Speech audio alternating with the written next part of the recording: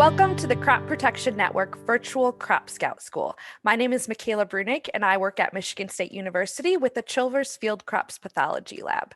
Today, I'm going to give you guys a general scouting introduction and some safety tips as well. So first, we're going to start with the basics. Why scouting is important, the goals of crop scouting. We're going to talk about some helpful resources, and then kind of go over an overview of the process. So what you should do before you head out to the field, once you're in the field, how to walk through a field, what to look for. Finally, I'll give you some tips on how to submit samples to diagnostic clinics and what sort of information you should be recording. So let's get started. What are the goals of crop scouting? Well, the main goal is to identify any problems in the field. So what's causing injury, what pests are present. But another really important goal is, even if plants are healthy, to accurately estimate that plant stand, things like growth stage, really get a big picture of how that field is doing. And that might be quantifying pests, even if they aren't a problem yet, quantifying them in order to get a good baseline to monitor throughout the season. And why are those things important? Well, the main reason crop scouting is so important is to be able to make decisions this year. So for instance, if the plant stand is very poor, we need to make decisions on whether we're going to replant. We also might need to make decisions on whether an insecticide or fungicide treatment is needed. And if it is needed, what kind of product do we need to apply? We need to accurately identify what's causing the problem in order to make the best decision on what to apply and when to apply it.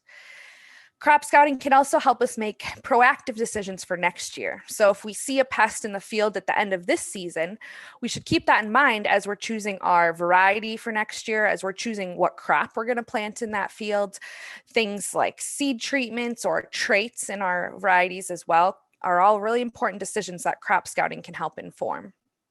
Finally, crop scouting can help us manage expectations and help make marketing decisions. So an example of this would be toxin accumulation from either Fusarium head blight in wheat or ear mold in corn. If we see that pathogen towards the end of the season, we see those bleached heads in wheat, or we see that mold on those ears of corn, that gives us a good idea that those pathogens are present and that there may be toxin accumulation. So maybe a grower in that case would want to harvest that field first, or harvest that field a little earlier to prevent further toxin accumulation. It might also help them make decisions on how they're going to use that crop or where they're going to market it. So the sooner we can know those things, the better decisions that can be made. So one of the first things as we start scouting is gathering resources. So there's obviously a ton of information to know about many different crops, diseases, weeds. So much information and only so much room in our brain. So gathering our resources is really important. And the good thing is now there's plenty of resources online at our fingertips on a smartphone, but there's also a lot of hard copy resources. And I know I actually prefer to take out a paper field guide to the field with me that I can look at and hold in my hand and not be staring at my smartphone. So whatever you prefer, there's a lot of options here. And a lot of those can be found in the Crop Protection Network and as well as university websites. A lot of universities have a lot of extension materials online. So the other important resources are kind of the more local sources. So this might be local ag news websites, might be Twitter. Maybe you follow people in your community, other crop scouts, other industry professionals, other growers. The good old-fashioned coffee clutch, stopping by the diner on the way into town and having a chat. So those resources are really important because then you can have your kind of ear to the ground and know what is coming up in fields nearby. So if your neighbor sees a certain pest, then you want to definitely make sure and scout for that pest specifically in your fields, knowing it may be an issue. So it's important to keep up to date on that local information as well. Finally, timelines that show what pests may be present at what times are super helpful. And here's an example of one of those timelines. So this is a timeline of corn diseases, all the way from early seedling blights to the end of the season where we might see ear rats or stalk rats. And these can be really important because they can help you kind of know what to look for at certain times of the year. And also help you narrow down what the problem might be. So if you see disease lesions and it's V8, well, that kind of narrows down. It's probably one of these. It's probably not southern rust at V8. So these timelines can be helpful in both diagnostics and in planning. And really the factors that play into these timelines is really those IPM principles. And that's what pests might be possible to be present at that time and what environmental conditions are present at that time that would allow those pests to flourish. So certain things are obviously only going to flourish if there's, for instance, high rainfall or low temperatures or high temperatures. So that's important things to clue into as you're scouting. Finally, you want to collect specific information about the fields you will be scouting.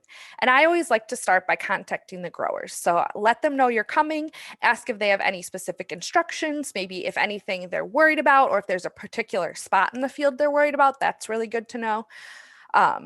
And even just helpful tips like, where should I enter the field? Is there a nice driveway somewhere that I should be parking?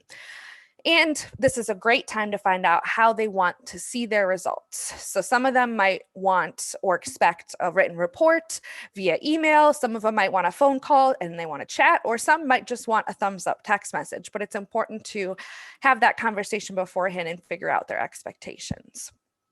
So the other main portion is a map, some type of map to figure out the field, how big it is, different areas of the field. And it's really helpful to know different soil information that might correspond with that. And there's a lot of websites online. Here's the Web Soil Survey through the NRCS at the USDA. And from that information, you might find out that maybe a certain corner of the field is a different soil type. So that means when you're scouting, you're going to want to make sure to stop in that corner and not skip over it because it might have different issues than the rest of the fields.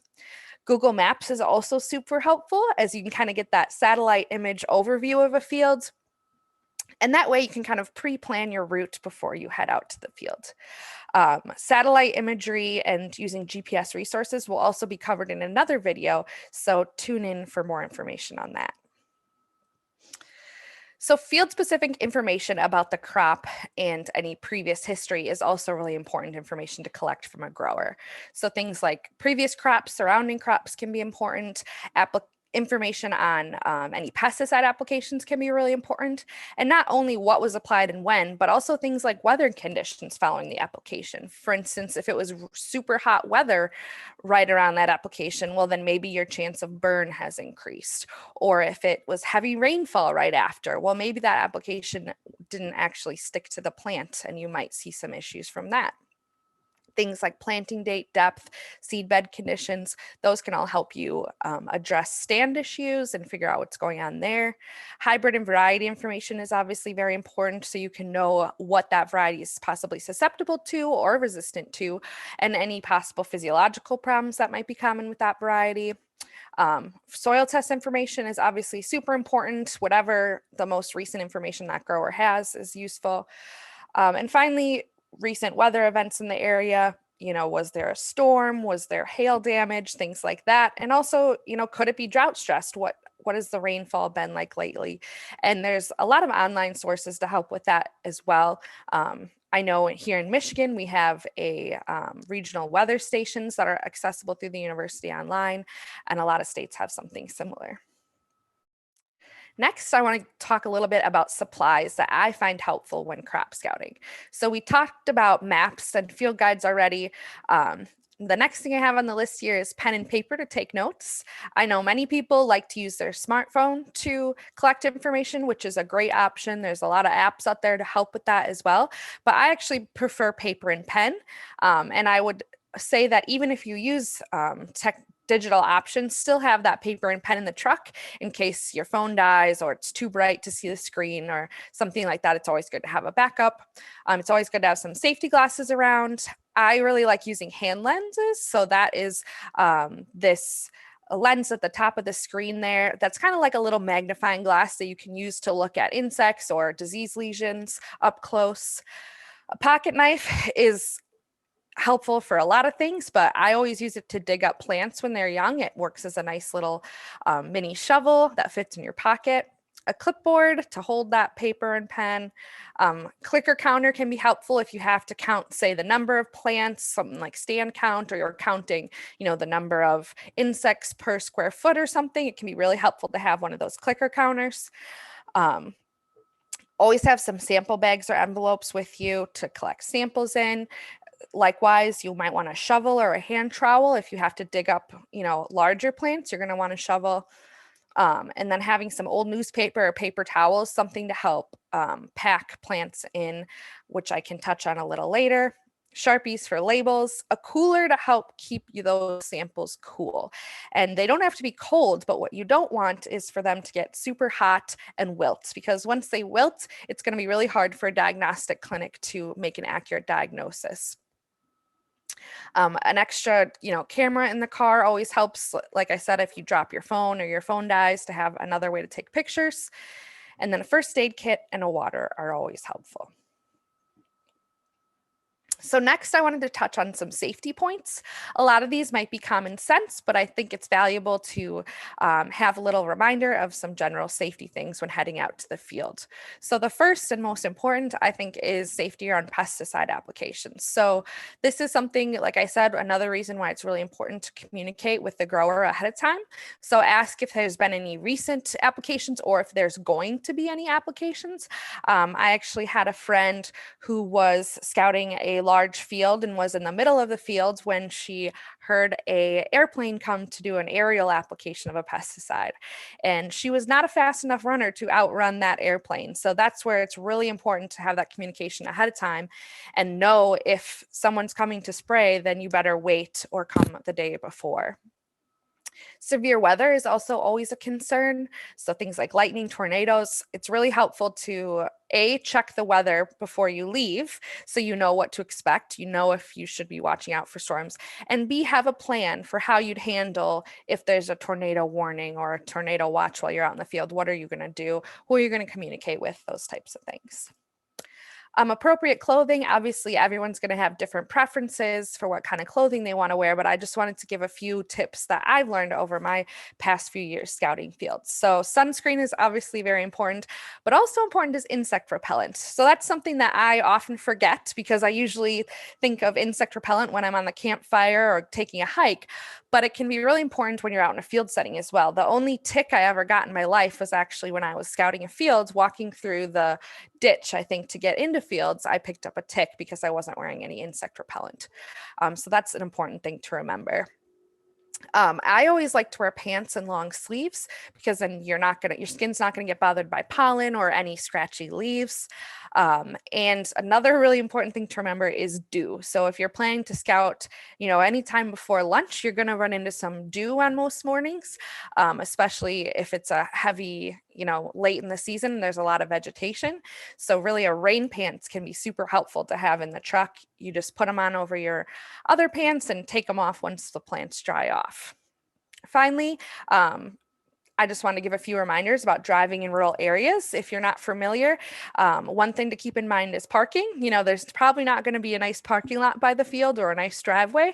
So that's something to think about when you park. Not only is it a safe place for you to get in and out of the car, but is it also a safe place for other drivers on that road to have your car parked? I always find it helpful to park nose to the road. So that way, if it is severe weather and you have to get out of the field quickly, you don't have to be backing up into traffic or anything like that.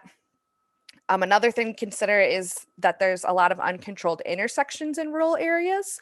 So there might not be stop signs at four-way intersections, so make sure to yield when necessary. And there's also times a lot of gravel roads with steep shoulders. So if you veer off the road a little bit, you might end up in the ditch versus just a shoulder of a highway. So those are some common sense things to remember as you head out to the field. So now that we've got our supplies gathered and we have our plan, now we get to head to the field. And once we're in the field, there's kind of two main things I want to talk about, and that's zooming in and zooming out. So we want to make sure to do both. We want to look at things big picture and also observe plants very closely in the field, because we ultimately want to have a systemic understanding of what is going on, and we want to quantify the problem. And that quantification is super important. So not only do we want to know what pests or problems do we see, but how often do they occur in the fields? How many plants do they occur on? And quantify the damage it's causing, the damage right now. So that way we can kind of predict what could be the problem in the future and monitor it as the season goes on. So first we'll start with zooming out. So when you get to a field, if there's a problem, you want to kind of zoom out and figure out where in the field it's occurring and how widespread the problem is. So this might mean you get up, try to get to a high point in the field so you can get a good view, maybe stand in your truck bed safely, and try to get a kind of overview of the fields. Maybe you also have a drone or know someone who has a drone. Those technologies can be really helpful as well. So when you're looking at the field, you want to figure out what pattern is the problem. Is it random, or does it seem to be aggregated, like clumped in certain areas? And I have some pictures here on the right to kind of show different types of patterns you might see. So here in the bottom, we see it is aggregated, and it seems to be kind of aggregated in low-lying areas, kind of dips in the field. So maybe that's where there was ponding, or maybe there's a different soil type there. In this middle picture, that's actually a cornfield with Goss's wilt. So that dark brown color, that's actually dead plants from Goss's wilt. And you can see it's kind of randomly clumped, but it is widespread throughout the field. But the fact that it's random tells you it probably is something biological going on there that's causing that problem. And then this top photo is actually one of my research wheat fields from a few years ago. It was a very poor plant stand. You can see the short and chlorotic wheat plants, but then in the middle, you see kind of a straight line of much healthier plants. So we observed this straight line and tried to think what could be causing that. And we asked around to the farm manager and found out that recently, 2 years prior, they had tiled that area right where that line was. So we figured out there was probably increased soil moisture there, which was affecting the soil fertility. And there was more nutrients where that water was aggregating versus over here, which led us to take plant tissue sampling and helped us accurately diagnose the problem. So these patterns can be very helpful in diagnosing issues and giving you, hints on what your next step should be.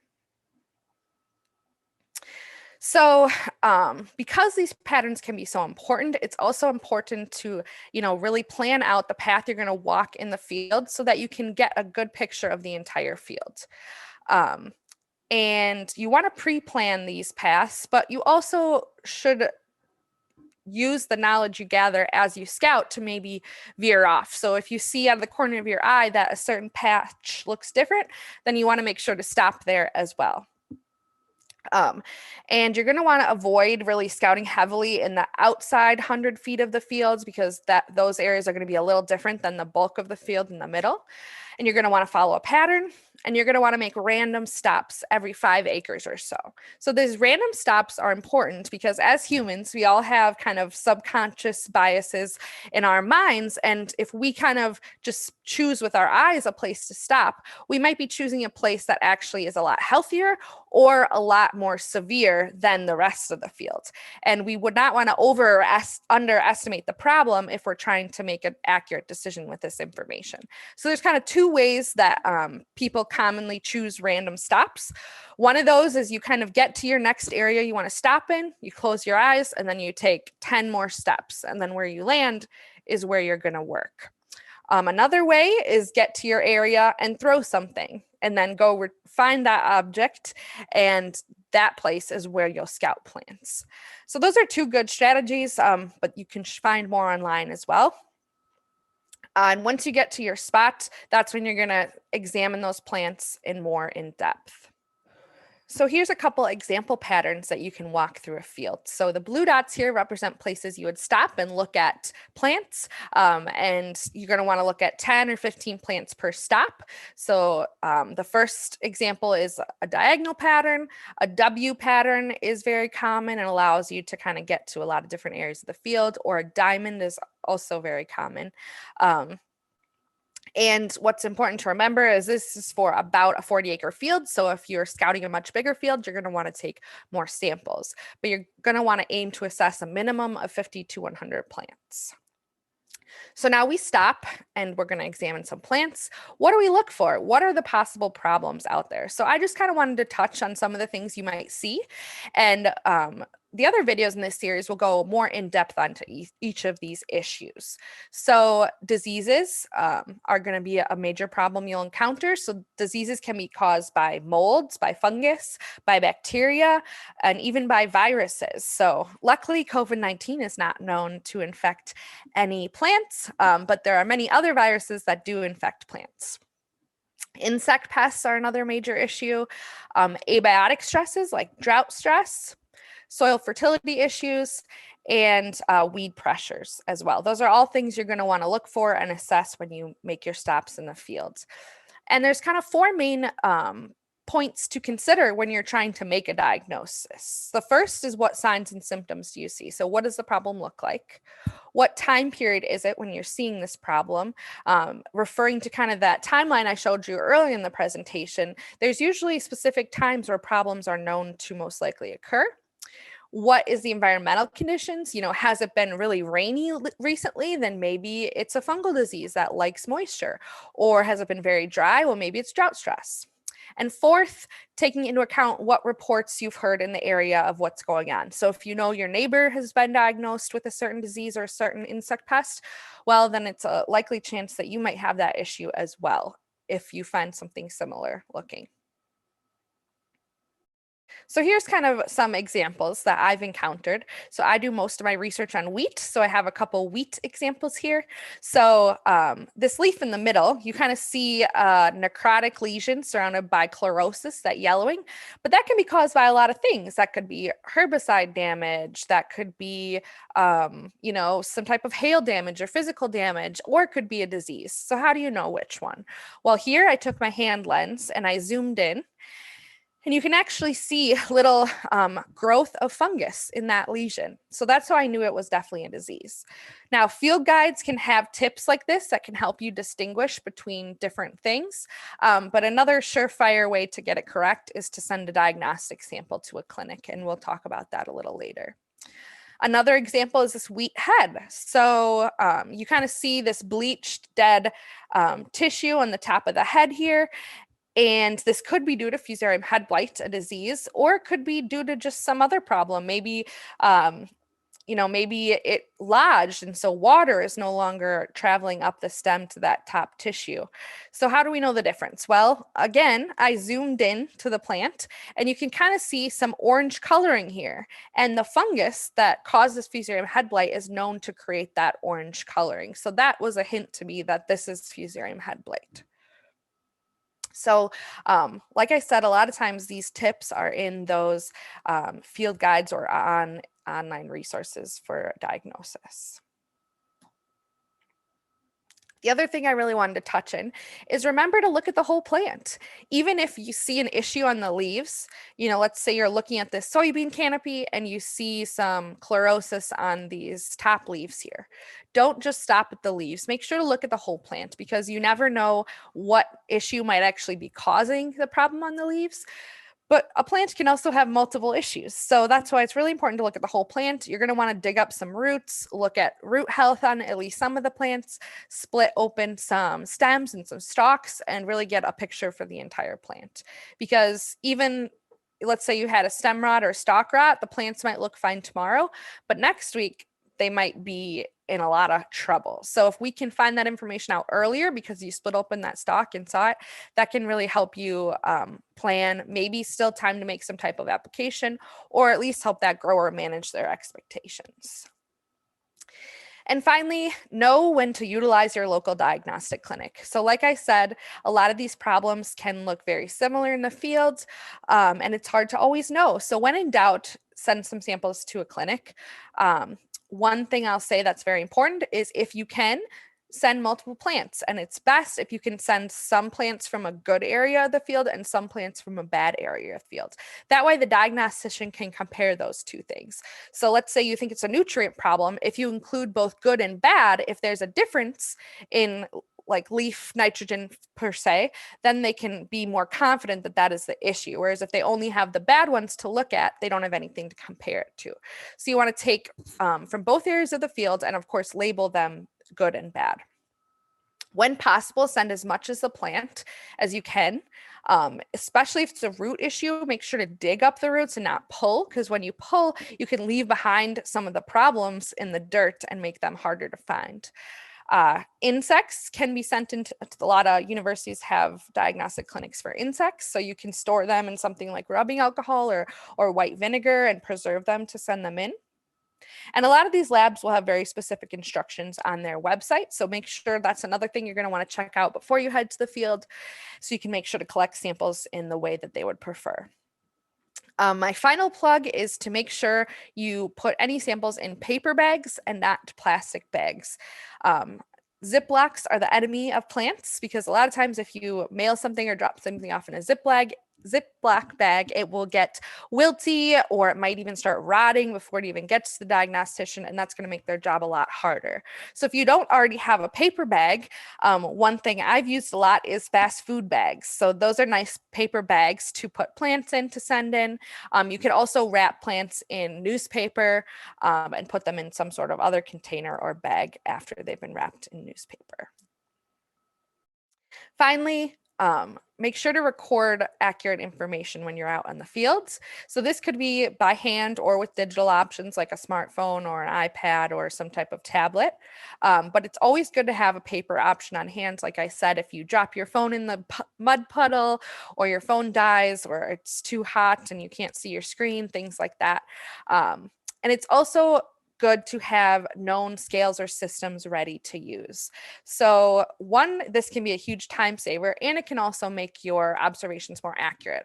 So for instance, this little chart here is a good example. Let's say you know you're going to assess soybean plants for white mold, and you looked ahead on a website and they suggested assessing 8 plants at every stop. Well, if you make a chart like this beforehand, it's going to make your job a lot easier when you get to the field, because you won't be having to write out every line of what stop and what plant. Instead, you already have a chart that you can just fill in numbers or X's or O's to record your information. So this will make it easier for you and more likely to get accurate information. And knowing disease scales is also super important. So especially when assessing foliar disease, human eyes are not very good at actually determining the percentage of the leaf with lesions. So these are some digitally created examples. So this top one, this leaf is actually covered with 5% of its leaf area is lesions. And this one is 10. If I was rating these without help of a scale, I would probably rate them a lot higher. This looks like more than 10% to me, but actual area-wise, it is 10%. And Crop Protection Network actually has really nice training modules online where you can practice scoring leaves for different diseases and kind of help calibrate your eye. So you can do those exercises before you head out to the fields, but you can also print out scales like these. Like you could print out these pictures, laminate them, or put them in a sheet protector and bring them out to the field. And as you're rating, keep checking back to kind of help keep yourself calibrated and have the most accurate information. And really, these accurate quantifications are important because lots of disease management strategies and lots of IPM strategies work on the basis of thresholds. So they might say only spray if you have greater than 25% disease severity. Well, if you don't have accurate information, if you're at that 25%, you won't be able to make an accurate decision. So that's why that's so important. So with that information, I'd like to say happy scouting, have fun, and get out in the fields and help growers make accurate decisions. So I'd like to thank a lot of folks from Iowa State for information that went into this presentation, including Warren Pearson, Adam Sisson, Darren Mueller, and curriculum from the Iowa State IPM curriculum. For further information, please head to the Crop Protection Network, which is cropprotectionnetwork.org, or talk to your state or county extension personnel or your state extension website.